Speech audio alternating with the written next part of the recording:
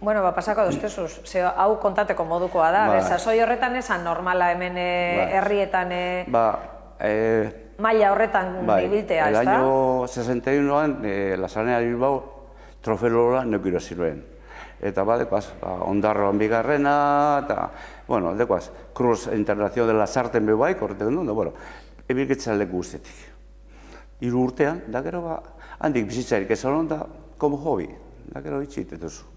Baina, kasureko karrerak eta itzen zendu esanean, eta irebazi eskeronean, eta dirue kobraten zenduen zeo zer, edo trofeoa, edo... Uniko kobroen nuenean, dirue, izizan, lezan karraka urte nuenean, emu eskudu zen, haitu zemet urte, berroetan metz urte egin gero izango diz.